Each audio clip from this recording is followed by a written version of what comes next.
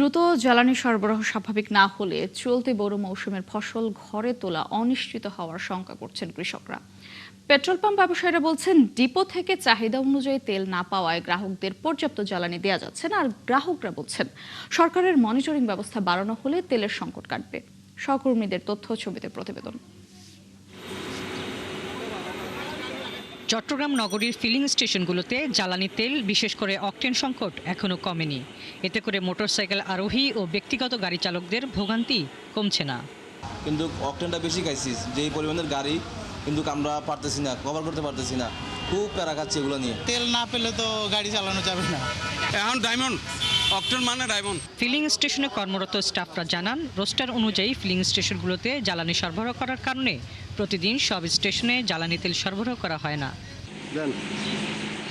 কুমিল্লার পেট্রোল পাম্পে ঘুরেও চাহিদা অনুযায়ী মিলছে না তেল। চাই A1 SWR pipe and fittings. A1 engineers number 1 choice. Depot থেকে জেলার 81টি তেলের পাম্পে চাহিদা অনুযায়ী জ্বালানি না দেয়ায় ভিড় কমছে না বলছেন পাম্প মালিকরা।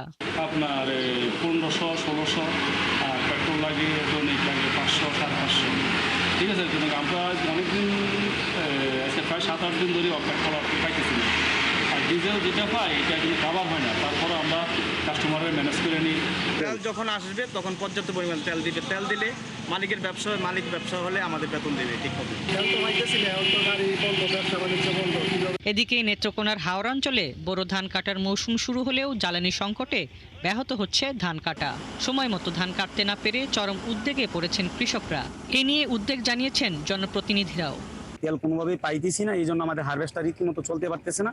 কৃষক আমাদের পিছনে পিছনে ঘুরতেছে, কিন্তু আমরা কোনোভাবে কৃষকের জমি কাইটে দিতে পারতেছি না। 50টা তেল দেওয়া না, তাও অনেক জোর করে আনা লাগে। আমাকে তার লাগে প্রতিদিন 1 থেকে 1.5 লিটার তেল।